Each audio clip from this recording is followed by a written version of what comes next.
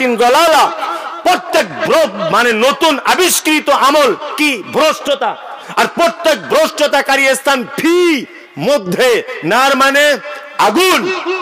আমরা বলে দিয়েছি ওর আব্বা মারা গেছে, কোনো কাজ নেই, কোনো কাজ নেই, শুধুমাত্র একটা কাজ বেটার তরফ থেকে, ওর আব্বার জন্য দোয়া করবে, দুই ওর আব্বার জন্য দান করবে।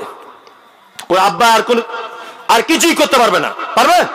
আর ওর আব্বা যদি কিছু করে থাকে ভালো কাজ, ভালো সন্তান যদি রেখে যেতে পারে, তার বিনিময়ে নেকিটা পাবে। সন্তানের পক্ষ থেকে কটা কাজ? দুটো। এক, দোয়া করবে, দুই কি করবে? দান করবে, সাদকা করবে, তাই তো? আমরা এই দুটো কাজের সমাপ্ত ঘোষণা করে দিয়েছি। হুজুর দেখছি জানাজার নামাজ পড়ে বলছে, আপনারা সবাই কান খুলে শুনুন, আমাদের কেরামের ফজলু হক ভাই মারা গেছে, সবাই আপনারা চেনেন, খুব ভালো লোক ছিল, তবে নামাজ টামাজ পড়তো না, লোক ভালো ছিল, নামাজ পড়েনি কোনোদিন। তা ইমাম সাহেব একটু কাঁদো কাঁদো করে বলছেন, কারণ ওর বেটার কাছে 500 টাকা ঝাড়তে হবে, কাঁদো কাঁদো করে বলছে, সবাইকে এই পথের প্রতীক হতে হবে, আপনারা দোয়া করবেন যাতে ভাইকে ক্ষমা করে দাও। ও পাক্কা জাহান্নামে যাবে, ও বেনামাজি অবস্থায় মারা গেছে, আর ইমাম সাহেব 500 টাকা নিয়ে ওকে জান্নাত পাঠিয়ে দিচ্ছে। অথচ কোরআন বলছে মা সালাকাকুম ফি সাকার ক্বালু লাম নাকু মিনাল মুসাল্লিন। একজন জাহান্নামী একটা জান্নাতীকে জিজ্ঞাসা করবে, একটা জান্নাতী একটা জাহান্নামীকে বলবে, ভাই কি ব্যাপার? সর্বনাশ, পাশাপাশি চায়ের দোকান ছিল, পাশাপাশি মোটরসাইকেল চালাতাম, আমি ড্রাইভার থাকতাম, তুমি পিছনে বসে থাকতে, আমি আজকে জান্নাতে, তুমি জাহান্নামে কেন? ও তখন বলবে ক্বালু লাম নাকু মিনাল মুসাল্লিন, শুধু নামাজ পড়িনি বলে জাহান্নামে চলে এসেছি। বেনামাজি মারা গেল, আর ইমাম সাহেব হুজুর কাঁদো কাঁদো করে বলছে, সবাইকে এই পথের প্রতীক হতে হবে, আল্লাহ রাস্তাতে আপনারা একটু ক্ষমা করে দেন। আর ওর বেটা খুব কাঞ্চার চোখ এরকম করছে, বলছে সত্যি শালা ইমাম সাহেব আমাদের পরিবারকে খুব ভালোবাসে রে, আমার বেটা আমার আব্বা লেগে কি দোয়া করছে দেখ, এমন দোয়া করছে মনে হয় জান্নাতের জায়গা নাই, ব্ল্যাক লাইনে ঢোকার চোখে, যে একটু ঠেলে ঠুলে এদিক বুঝে বুঝে ঢুকিয়ে দাও ওকে, এরকম ব্যাপার মনে হচ্ছে, তাই না? অথচ বেনামাজি। কি বলছে বুঝতে পারছেন না? কি ও বেনামাজি। আবার বলছে, কি বলছে? কারোর কাছে যদি ঋণ টিন করে থাকে আল্লাহ রাস্তায় ক্ষমা করে দেবেন, তাই না? চলার পথে ভুল ত্রুটি হয় মাফ করে দেবেন। আর অবশ্যই আজকে তো মনে হয় 23 তারিখ, ওই আপনার আগামী মাসে 27 তারিখে 40 দিন হবে, 4টে গরু করা হবে, সবাই আসবেন কিন্তু, সবাই আসবেন। আর যারা কবর খুঁড়েছেন 4 দিনের দিনে আপনাদের জনমের খাওয়া খাওয়ানো হবে, আর একটা করে পাঞ্জাবির কাপড় আর লুঙ্গি দেওয়া হবে, সবাই আসবেন। ও কানা হুজুর, কানা হুজুর এটা বললো না যে তোমার আব্বা মারা গেছে একটু দোয়া করো, তোমার আব্বা মারা গেছে তুমি তোমার আব্বার জন্য মাদ্রাসা মসজিদে দান করো। কানা হুজুর এটা দেখতে পেল না, কানা হুজুর দেখতে পেল যে 40-এর দিন 4টে গরু জবাই করতে হবে। এই হচ্ছে কানা হুজুর।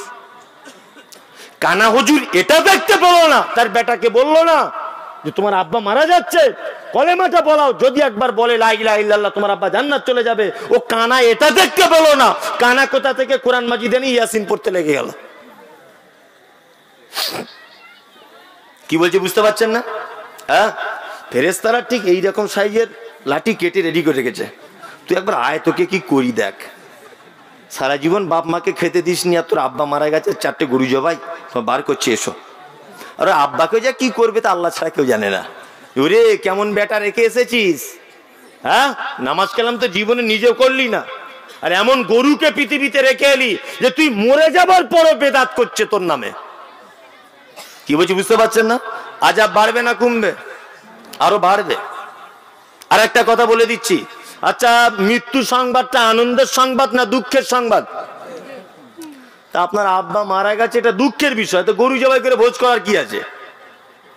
কি বোকা লোক বলুন তো দেখি, বোকা লোক কি বোকা লোক নয়, একদম বোকা লোক। ও সাবধানে থাকবেন। তাহলে যে কথা বলতে বলতে এত দূর পর্যন্ত এলাম, ভালো মন্দ সমস্ত ক্ষমতা কার হাতে? আল্লাহ, আল্লাহ, আল্লাহ। আল্লাহ ছাড়া কারুর কাছে কিছু চাওয়া যাবে? যাবে না। আচ্ছা আমরা রাজ্জাক না আমরা আব্দুর রাজ্জাক?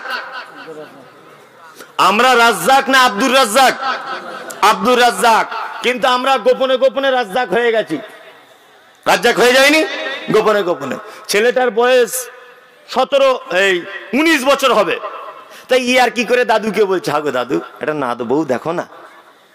ছেলেটা বলছে দাদুর সঙ্গে ইয়ার কি হয়, ওই দেখো রাস্তা দিয়ে যাচ্ছে দেখছো, ওটা তোমার নাত বউ। তার মানে কি ওই ভিতরে যৌবন একদম তোলপাড় করছে। তা দাদু ওর বাপকে মানে বেটাকে বলছে, আরে শামসুল একটু বিয়ে দিয়ে দে না, লাফালাফি করছে রে তোর ছেলেটা। ওর বাপ তখন বলছে, এক চড় মারবো তোর, দাঁত ফেলে দেবো তোর। কেন রে? নাক টিপলে দুধ বার হয়, 18 বছর বয়স, হাত পায়ে লম্বা হয়েছে, ইনকাম করতেছে, এমএ পাস কর তারপর বিয়ে দেবো। বিয়ে দিলে তোর বউকে খাওয়াবে কে? হ্যাঁ, নিজের পায়ে দাঁড়া তারপরে বিয়ে করবি। নিয়ে বড় মোবাইল কিনে দিয়েছে, বলছে এইটা দিচ্ছি। হ্যাঁ, মোবাইলে অন্য মেয়ের সঙ্গে ন্যাংটো হয়ে ভিডিও কল করুক, ওতে দোষ নেই। কি বলছি বুঝতে পারছেন না? হ্যাঁ, কথাগুলো বাস্তব বলছি, আপনার সহ্য হবে না আমি জানি। অন্য মেয়ের সঙ্গে ফোনে ব্যভিচার করুক, ওতে প্রবলেম নেই। অন্য মেয়েকে ভ্যালেন্টাইন্স ডেতে গোলাপ ফুল দিয়ে প্রপোজ করবে, ওতে অসুবিধা নেই। আর অনলাইনে চ্যাটিং করবে, ওতে কোনো অসুবিধা নেই। আর গোপনে গোপনে রামপুর হাটে গিয়ে যৌনপল্লীতে গিয়ে রাত কাটিয়ে আসবে, ও তো বেটা, ওতে অসুবিধা নেই। কিন্তু বৈধভাবে বিবাহ দিতে পারবে না, কারণ বলছে নিজের পায়ে দাঁড়াতে পারছে না। নিজের পায়ে দাঁড়াতে পারছে না, তো রামপুর হাট চলে গেল কি করে? হ্যাঁ, তুমি বদমাইশির জায়গা পাও না। এই আপনি এত দায়িত্বহীন লোক কেন? আপনার বেটা, আপনি বুঝতে পেরেছেন ওর যৌবন চলে এসেছে, বিয়ের জন্য লাফালাফি করছে, সাথে সাথে মোবাইল কিনে দেবার আগে ছোট একটা মেয়ে দেখে বিয়ে দিয়ে দেন। যা পারবি দুজনাতে কর, ফোনে আজে বাজে করিস না বেটা, আমি পাপের ভাগিদার হয়ে যাব। ঠিক বলছি না ভুল বলছি? বড় মোবাইল পেয়ে গেলে দেখুন আর বিয়ে করতে চাইবে না, মানে 4-5টা অনলাইন আছে ওর। ও কার সাথে সময় দিব? ওর মাথাতে যেন পোকা লেগে গেছে, মাথা এয়ারপোর্ট। মানে এইটুকু মন কাকে দেয় আর কাকে ছাড়ে, চারিদিক থেকে ফ্রেন্ড রিকোয়েস্ট আসছে, আর ওর তো মাথায় কাজ করছে না যে আর বিয়ে করা লাগে। বলছে নিজের পায়ে দাঁড়াও। আস্তাগফিরুল্লাহ, তাহলে তুমি তো রাজ্জাক হয়ে গেলে। তোমার বাড়ি তোমার বেটি খেতে পায়, তোমার 4 বেটা খেতে পায়, তুমি নিজে খেতে পাও, তোমার স্ত্রী খেতে পায়। আর বৈধভাবে তোমার বেটাকে বিয়ে দেবার পরে একটা মেয়েকে বৌমা করে আনার পরে সে কি দিনে 5 কালের চালের ভাত খাবে? 5-6 কেজি চালের ভাত খাবে? সে 100-150 গ্রামের ভাত খাবে। তুমি এইটুকু একটা বৌমার ভাত জোগাড় করতে পারবে না? তুমি বেটাকে বলছো যে নিজের পায়ে দাঁড়াও তবে বিয়ে করবে। তার মানে তুমি তো রাজ্জাক হয়ে গেলে ভিতরে ভিতরে, আসলে তো তুমি আব্দুর রাজ্জাক। কথাগুলো বাস্তব বলছি না অবাস্তব? বেটা বড় হয়ে গেছে, আগে বিয়ে দিয়ে দেন, না তো ও তো পাপ কাজ করছে, আপনিও গার্জেন হিসেবে পাপ কাজে লিপ্ত হয়ে যাচ্ছেন আপনার বেটার কারণে। খুব সাবধানে থাকুন। বেটি বুঝতে পেরেছেন বেটি আমার যৌবনে পদার্পণ করেছে, সঙ্গে সঙ্গে ভালো পাত্র দেখে তাকে বিয়ে দিয়ে দেন, দেরি করবেন না একদম। জামানা খারাপ চলছে, চলছে না? খুব খারাপ। মান সম্মানও যাবে, আখিরাতও যাবে। আল্লাহ তাআলা তারপরে বলছেন, ওয়া আলা কুল্লি শাইইন কাদির আল্লাযী খালাকাল মাউতা ওয়াল হায়াতা। আল্লাহ সৃষ্টি করেছেন মওত আর হায়াত। কি জন্য সৃষ্টি করেছেন? লিয়াবলুয়াকুম আইয়ুকুম আহসানু আমালা, যাতে তোমাদেরকে পরীক্ষা করে নেওয়া হবে যে তোমাদের ভিতর থেকে উত্তম আমল কে করেছে। উত্তম আমল। তাহলে আমাদের জীবন এবং মরণ তৈরি করা হলো কেন? যাতে আমরা পরীক্ষার সম্মুখীন হব, তাই তো? তাই এই যে একটা কথা বলছি, আজকে থেকে মাধ্যমিক পরীক্ষা স্টার্ট হয়েছে না? 1 বছর একটা স্টুডেন্ট পড়াশোনা করেছে। আচ্ছা বলুন তো, যদি এই পরীক্ষার ডেটটা যদি না আসতো, তাহলে ছাত্র ছাত্রীদের পড়ার মর্যাদা থাকতো? থাকতো না।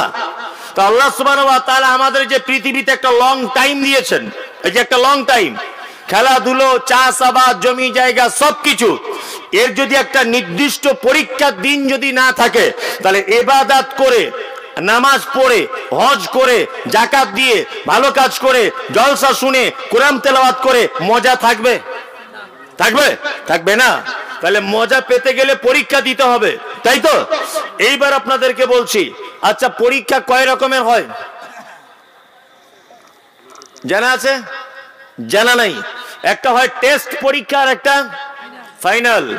টেস্ট পরীক্ষা যদি কেউ উত্তীর্ণ হয়, তাহলে ফাইনাল পরীক্ষায় চান্স পায়। ফাইনাল পরীক্ষা যদি কেউ ফেল করে যায় তাহলে জীবন বরবাদ হয়ে যায়। ঠিক আল্লাহ সিস্টেম করেছেন ঠিক তেমন দুনিয়াতে একটা টেস্ট পরীক্ষা হবে আর ফাইনাল পরীক্ষা হবে কোথায় সেটাও বলবো। টেস্ট পরীক্ষা কেমন ভাবে দেবেন প্রস্তুতি নেন, ইনশাআল্লাহ প্রস্তুতি নেব, ইনশাআল্লাহ ইনশাআল্লাহ টেস্ট পরীক্ষার প্রস্তুতি নেন। আল্লাহ তাআলা পবিত্র আল কোরআনুল কারীমের ভিতরে বলছেন ওয়ালা নাবলু আন্নাকুম বিশাইয়্যিম মিনাল খাউফি ওয়াল জু' ওয়া নাকসিম মিনাল আমওয়াল ওয়াল আনফুসি ওয়াস সামারাত ওয়া বাশশিরিস সাবিরিন আল্লাযীনা ইযা আসাবাতুহুম মুসিবাতুন ক্বালু ইন্না লিল্লাহি ওয়া ইন্না ইলাইহি রাজিউন। পৃথিবীতে চারটে জিনিসের টেস্ট পরীক্ষা হবে। কটা? চারটা বিষয়ের উপরে। এক, আল্লাহ তাআলা বলছেন ওয়ালা নাবলু আন্নাকুম বিশাইয়্যিম মিনাল খাউফ, প্রথম তোমাকে পরীক্ষা করা হবে পৃথিবীতে ভয় দেখিয়ে দিয়ে। কি করে ভয়? কি ভয়? আল্লাহু আকবার। এই যে এই রানিং মাসের ফেব্রুয়ারি মাসের 5 তারিখ 6 তারিখ ভোর 4টে কত মিনিটে তুরস্ক সিরিয়ার মাটিতে আল্লাহু আকবার যে মারাত্মক ভূমিকম্প হয়েছে। 8 কিলোমিটার মাটির তলাতে ভূমিকম্পের উৎপত্তি হয়েছে। 8 কিলোমিটার গভীরে। কত? 8 কিলোমিটার। 8 কিলোমিটার গভীরে যদি ভূমিকম্প হয়ে তার ফলশ্রুতিতে যদি উপরের বিল্ডিং গুলো যদি একদম বাচ্চা ছেলেদের মতো নেতিয়ে পড়ে যায়, আল্লাহ সুবহানাহু ওয়া তাআলা বলছেন ইজাজুল জিলাতিল আরজু জিলজালাহা, কিয়ামতের দিবসের যে ভূমিকম্প সেই দিন কেমন হবে অবাক লাগে। 56 ঘন্টার পরে বাচ্চা শিশু তার বাপ জড়িয়ে ধরে রেখেছে, বাপ মারা গেল, বাচ্চাটা বেঁচে আছে। আল্লাহু আকবার। একজন 2.5 বছর 2 বছরের মেয়ে তার ভাইকে, তার ভাইয়েরও বয়স তেমন, দুজন 1 বছরে হয়তো ডিফারেন্স হবে।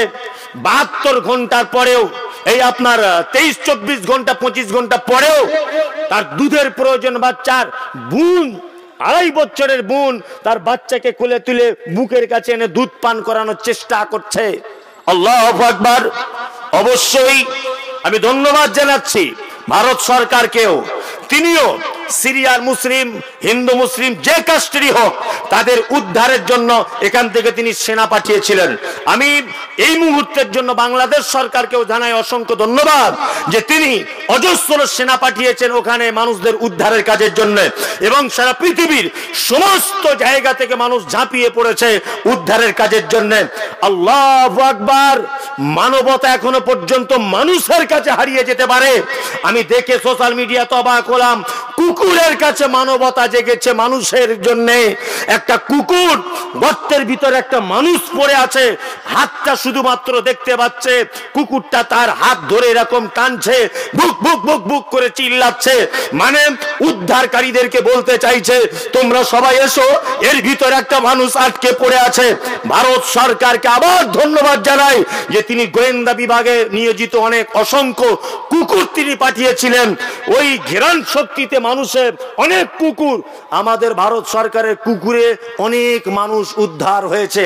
আল্লাহ উদ্ধার করেছে কুকুরের মাধ্যমে। আল্লাহু আকবার। কুকুরের ভিতরে মানবতা এসেছে। বাড়িওয়ালা ঘর ভাড়া দিতে পারেনি, ঘর থেকে নামিয়ে দেওয়া হয়েছে, ফুটপাতে ত্রিপল টাঙিয়ে শুয়ে আছে। 1-2 ঘন্টা পরে যে লোকটা বাড়ি থেকে নামিয়ে দিয়েছিল, 10 তলা বিল্ডিং এর মালিক, ঘুমিয়েছিল লোকটা, কখন ভূমিকম্প হয়েছে বুঝতে পারেনি, ঘুম ভেঙেছে, চারিদিকে হু হু করে আওয়াজ হচ্ছে, দেখছে যে বাড়িওয়ালা আমাকে ঘর থেকে ভাড়া দিতে পারেনি বলে বার করে দিয়েছে, ওই বাড়িওয়ালা আমার ত্রিপলের তলাতে এসে আমাকে জড়িয়ে ধরে বলছে ভাই তুমি একটু বাঁচাও। কিসের এ দুনিয়া? 40 সেকেন্ড ভূমিকম্পের এই যদি অবস্থা হয়, বলুন 40 মিনিট যদি ভূমিকম্প হয় অবস্থা কি হবে? কিয়ামতের দিন অবস্থাটা তাহলে কি হবে বলুন? আমরা শিক্ষা নিয়েছি, শিক্ষা নিয়েছি। সারা পৃথিবীতে স্লোগান উঠেছে মসজিদ ভেঙে দিতে হবে। সারা দুনিয়া জুড়ে আজকে স্লোগান চলছে মসজিদ আজান বন্ধ করে দিতে হবে। সমস্ত মানে মানুষ ইমানের দুশ্মন মসজিদের ইমামদের দুশমন, মসজিদের দুশমন, ইসলামের দুশমন। নামাজ কি করে বন্ধ করা যায়? সাংগঠনিক ভাবে কি করা হচ্ছে? সুশ্রুরি দেওয়া হচ্ছে। আপনারা দেখেছেন যে আজ থেকে এক সপ্তাহ আগে হরিয়ানাতে একটা ছেলেকে গাড়ির ভিতরে ঢুকিয়ে মুসলিম একটা যুবক বন্ধুকে পুড়িয়ে মেরে দেওয়া হয়েছে। দেখেছেন আপনারা? ছেলেটার বাড়ি রাজস্থানে, রাজস্থান থেকে বন্ধুরা গাড়ি করে তুলে হরিয়ানাতে এনে রাত 12টা-1টার সময়তে ওই গাড়ির ভিতরে দরজা লাগিয়ে দিয়ে আগুন ধরিয়ে তাকে মেরে দেওয়া হয়েছে। দেখেছেন? সারা পৃথিবী যখন মুসলিমকে মেরে দাও এই হুঙ্কার চলছে, সারা পৃথিবী যখন আযাব, আল্লাহর আযাবে যখন ধ্বংসের পথে চলেছে, সারা পৃথিবীর মানুষ যখন সংগঠন ভাবে এককভাবে স্লোগান তুলছে মসজিদ আজান বন্ধ করে দিতে হবে, মুসলিম যুবক তুমি আজও পর্যন্ত মসজিদের কাঠগড়াতে দাঁড়াতে পারলে না, এটা তোমার জন্য ব্যর্থতা। তুমি আর কবে মসজিদে আসবে? সিরিয়ার মতো ধ্বংস হয়ে গেলে তখন মসজিদে আসবে? তুরস্কের মতো ভূমিকম্পর পরে তুমি মসজিদে আসবে? কবে তুমি মসজিদে আসবে? এখানে আসে আমি শুনলাম যে এখানে 85% মানুষ নামাজ পড়ে না। এটা আমি শুনেছি এখানে, কথা সত্য মিথ্যা জানি না। 85% মানুষ নামাজ পড়ে না। আর কবে পড়বেন? তুরস্কের মতো হিলিয়ে দেওয়ার পরে পড়বেন? কবে? সুগার হয়ে যাওয়ার পরে? কবে? প্যারালাইসিস হয়ে যাওয়ার পরে? কবে পড়বেন আপনি নামাজ বলুন? আল্লাহু আকবার। আল্লাহ এটা পারে কি পারে না? সারা পৃথিবীকে হিলিয়ে দিতে পারে কি পারে না? পারে। অবাক হয়ে যায়। আল্লাহ সুবহানাহু ওয়া তাআলা বলছেন, না আমি তো আদায় করতে পারি না। আমাকে যদি আগে বলতো যে এটা আদায় করতে হবে তাহলে আমি আসতাম না। যেটা সত্যি সেটা বলে দিলাম। আমি যদি এখন আদায়ের কথা বলি 5 মিনিট লাগবে এই লোকগুলো বাড়ি যেতে। লোক অত বোকা নেই এই বিজ্ঞানের যুগে। বোকা আছে? জানে প্রধান বক্তার পরে আর কেউ নেই, ঘচ্ছ। ঠিক বলছি না ভুল বলছি? হ্যাঁ। এখন একটা কথা, একই জমিতে তো বারবার চাষ দেওয়া ঠিক নয়। আমার আগে চাষ দিয়েছে আনিকুল, তার আগে মতিউর ভাই চাষ দিয়ে গেছে, আর আমিও যদি চাষ দিই তা জমির উর্বরতা নষ্ট হয়ে যাবে। কি বলছি বুঝতে পারছেন না? হ্যাঁ, দুটো তো চাষ দিয়ে নিয়েছেন, আবার আমাকে কেন চাষের কথা বলছেন? হ্যাঁ, যেটা হবে নসিবে তকদিরে, লাস্টে 2-5 মিনিট আমি বলবো। আমি কি বক্তব্য ছেড়ে দেবো? 12টা বাজে ছেড়েই দিই, চালাবো? হ্যাঁ, তাহলে আর একটু বলি নাকি? কমিটি কই কারা ভাই? আর একটু বলি নাকি? হ্যাঁ, আদায়ের ব্যাপারে বলতে হয় না, 2-4 মিনিট লাস্টে বলবো যেটা হয়। আপনারা তো করে নিয়েছেন আদায়। কই পানি বোতলটা দেখি। হ্যাঁ, বারবার আদায়ের কথা বললে মানুষ খারাপ ভাববে।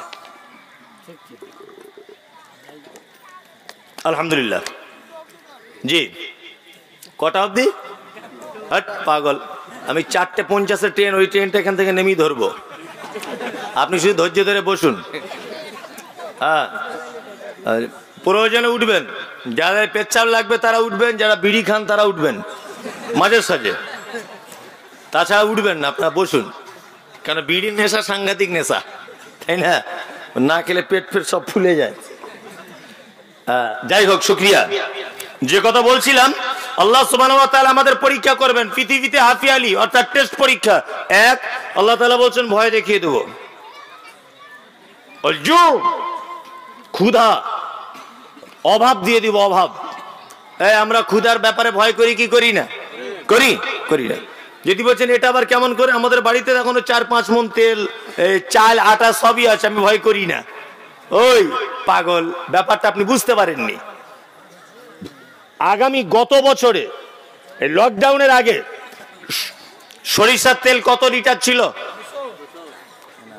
বুঝে কথা বলো, হুঁসমোটা করে বলুন। আমি বলেছি লকডাউনের আগে 105 টাকা, এখন কত হয়েছে? 200। আচ্ছা, লকডাউনের আগে একটা মানুষ মাঠে কাজ করলে কত পেত? 200। এখন কত পায়? 300। ভালো করে বুঝবেন। তাহলে সংসারে আদা, রসুন, পেঁয়াজ, লঙ্কা, চাল, ডাল, গ্যাস সবকিছুই লাগে। লাগে কি লাগে না? তাহলে এই 2 বছরের ব্যবধানে শুধু তেলে দাম বেড়েছে 100 টাকা, আর এই 2 বছরে ওর ইনকাম বেড়েছে দিনে 100 টাকা। ভালো করে বুঝবেন। তাহলে বলুন তো ও সংসার হিসেব মতো চালাতে পারবে? পারবে? দ্রব্য মূল্য থেকে ওর ইনকামের পার্সেন্টেজ বেড়েছে না কমেছে? কমেছে। একটা তেলে যদি 100 টাকা বেড়ে যায়, গোস্ত এখন 250 টাকা, ডাল এখন 200 টাকা, কথার লেগে বললাম। তো সব মালে যদি এরকম করে মেলান, তাহলে ওর 200 টাকা বেড়ে এখন 250 হয়েছে, 50 টাকা বেড়েছে, তাই না? তাহলে মানুষ আশঙ্কার ভিতরে আছে না নেই? আছে। ওই জন্য বেশি বাচ্চা কাচ্চা নিচ্ছে না, বুঝে দুটাতেই বন্ধনের লোন করে মাথা খারাপ, আর 3টা নিলে হয়তো টাক হয়ে যাবে, মাথার চুল উঠে যাবে। বলছে কি বলছে না, চুল উঠে যাবে মাথার। আর আল্লাহ তাআলা বলছেন তোমার মাল নষ্ট করে দিব আমি। কি নষ্ট করে দিবে? মাল। মাল বলতে গম, আদা, রসুন, পেঁয়াজ, এগুলো মাল। আর একটা মাল কি? সন্তান সন্ততি, এগুলো নষ্ট করে দিবে। কেমন করে? একটা ছেলে রাজমিস্ত্রি কাজ করতে গিয়েছিল, কোথায়? দুর্গাপুরে। বাড়ি আসার সময়তে ঠিক আপনার রেল স্টেশনে নেমেছে, ওই আপনার সাগরদিঘিতে। রেল স্টেশন থেকে হেঁটে একটুখানি আসার সময় একটা ট্র্যাক্টর গাড়ি এসে অ্যাক্সিডেন্ট করে মারা দিল ছেলেটা। এরকম ঘটনা ঘটে কি ঘটে না? ঘটে। আল্লাহ বলছে তোর বেটা যেটা ইনকাম করতে শুরু করেছে, এই বেটাটাকে আচানক অ্যাক্সিডেন্টে মেরে দিব। এটা তোর জন্য পরীক্ষা, তাই না? এই পরীক্ষা যদি কারো হয়, তা মেয়ে ছেলেরা কি করে? বাড়িতে কাঁদতে কাঁদতে বলে আল্লাহ তোরা চোখ নাই, যে ইনকাম করতে শিখলো ওইটাকে লিলি কেন, কানাটাকে দেখতে পেলি না? বলে কি বলে না? মেয়েরা আবার কাঁদতে কাঁদতে বলে আল্লাহ এই শিশুর মাটাকে তুলে নিলি, শাশুড়িটাকে নিতে পারতিস, বুড়ো হয়ে গেছে, এইটাকে কেন নিলি? এটা বলে কি বলে না? এই নেওয়া দেওয়ার মালিককে আল্লাহ। আল্লাহ সুবহানাহু ওয়া তাআলা। এটা পরীক্ষা। কি বলছি বুঝতে পারছেন? এটা কি পরীক্ষা। আল্লাহ তাআলা তারপরে বলছেন ওয়াল আনফুসুস সামারাত, তোমার ফসল, তোমার খামার থেকে ধান, তোমার চাল ডাল, তোমার মানে সমস্ত কিছু আমি মাটি নষ্ট করে দেবো। এটা পারে কি পারে না? পারে, পারে। আল্লাহ তাআলা বলছেন অবাশশিরিস সাবিরিন, যদি এই 4টে পরীক্ষায় যদি তারা ধৈর্য ধারণ করে, অবশ্যই আপনি তাদেরকে সুসংবাদ দিন। কোথাকার সুসংবাদ? জান্নাত। ধৈর্য ধরবো ইনশাআল্লাহ, ইনশাআল্লাহ ধৈর্য ধরবো, ধৈর্য ধরবো। আল্লাহ সুবহানাহু ওয়া তাআলা তারপরে বলছেন, আল্লাহ নবী সাল্লাল্লাহু আলাইহি ওয়াসাল্লাম, ফাইনাল পরীক্ষার একটা জায়গা আছে, ফাইনাল, যেখানে পাস করে গেলে আর কোথাও আটকাবে না। যেমন ফাইনাল পরীক্ষা শুধু জায়গাটা কত গুরুত্বপূর্ণ দেখে নেন। আজকে মাধ্যমিক যে সমস্ত বাচ্চারা পরীক্ষা দিতে গেছে, দেখবেন ওর মা আব্বা সাথে গেছে, যায়নি? গেছে। বাড়ি থেকে যাওয়ার সময় মা আবার দেশি মুরগির ডিম সিদ্ধ করে খাইয়েছে, যাতে ব্রেন যেন ভালো হয়। আবার যাবার সময় অনেক মেয়েরা মসজিদে 10টা টাকা কৌটোতে দিয়ে তবে গেছে। হিন্দু বোনেরা ভাইরা মন্দিরে প্রণাম করে তবে গেছে, যায়নি? গেছে। কারণ জীবনের সবচেয়ে বড় পরীক্ষা। পরীক্ষার হলের বাইরে আছে কে? বাপ মা দাঁড়িয়ে, ভিতরে আছে কারা? গার্ড। আর প্রশ্ন যাতে বুঝতে পারে তার জন্য আছে মাস্টার, থাকে কি থাকে না? বাইরে পুলিশ গার্ড দিয়ে আছে, উপরে পো পো পো পো করে সিলিং ফ্যান চলছে, মাস্টার মশাইরা আছে, পাশে বান্ধবী আছে। প্রশ্ন বুঝতে না পারলে আবার পাবেন, পেপার শেষ হয়ে গেলে আবার দ্বিতীয়বার পাবেন, পেনের কালি শেষ হয়ে গেলে পাবেন। পাবেন কি পাবেন না? পাবেন। চলুন, আল্লাহর ফাইনাল পরীক্ষার নাম, তার নাম কবর। সিদ্ধ ডিম করে কেউ পাঠাবে না, পাশে কেউ থাকবে না। আতাহুমুল মালাকায়ানি ফাকালানি মান রাব্বুকা মা দীনুকা মান নাবিয়ুকা। আল্লাহু আকবার। রাসূলুল্লাহ বলেছেন একজন মারা যাবার পর তার কবরে 2 জন ফেরেশতা আসে। কজন? 2 জন। মালাকানি 2 জন, ফাকালানি তারা 2 জন যৌথ কণ্ঠে বলে মান রাব্বুকা, তোমার রবকে বলো। কে? আল্লাহ। মা দীনুকা, দিন কি বলো? মান নাবিয়ুকা, নবীকে বলো। ফাইনাল পরীক্ষাটার জায়গার নাম কোথায়? কবর। পাখা নাই, লাইটের অন্ধকারে পরীক্ষা চলবে, ডিম সিদ্ধ খেয়ে যাওয়ার ব্যবস্থা নাই, আছে? পাশে কেউ থাকবে না, থাকবে? কেউ থাকবে না। এই পরীক্ষা যদি আপনি পাস করে যান, তাহলে আল্লাহর জান্নাত পর্যন্ত আপনি পৌঁছে যাবেন ইনশাআল্লাহ। পরীক্ষার জন্য প্রস্তুতি নেব ইনশাআল্লাহ, ইনশাআল্লাহ। লিয়াবলুয়াকুম আইয়ুকুম আহসানু আমালা ওয়া হুয়াল আজিজুল গফুর। আল্লাহ তাআলা নিশ্চয় বড় ক্ষমাশীল। ক্ষমাশীল কি ক্ষমাশীল নয়? অনেক পাপ হয়ে গেছে না আপনার? গোপনে অনেক পাপ হয়ে যায়নি? পাপ হয়েছে, ভয় করছেন? কোনো ভয় নেই, একদম ভয় করবেন না। পাপ হয়েছে তাই কি হয়েছে, একদম কোনো ভয় নেই। পাপ হয়েছে কোনো ভয় করবেন না, টেনশন করবেন না। রাতের বেলা উঠুন, 12টার দিকে সবাই যখন ঘুমিয়ে থাকবে, উঠে আল্লাহকে বলুন যে আল্লাহ, পাপ করেছি, তুমি আমায় ক্ষমা করে দাও। পাহাড় সম পরিমাণ পাপ, পাহাড়ের মতো বড় পাপ, শুধু 2 ফোঁটা চোখ দিয়ে পানি ফেলে দেন। এই 2 ফোঁটা পানি যদি আল্লাহর ভয়ে যদি আপনি ফেলে দেন, আল্লাহু আকবার, আপনার পাপগুলি পাহাড় সম পরিমাণ থাকলেও আল্লাহ বলছে বান্দা তুমি আমার ভয়ে 2 ফোঁটা পানি ফেলে যখন দিয়েছো, তোমার কত বড় পাপ এটা আমি দেখবো না, সাথে সাথে ডিলিট করে দেবো। আল্লাহু আকবার।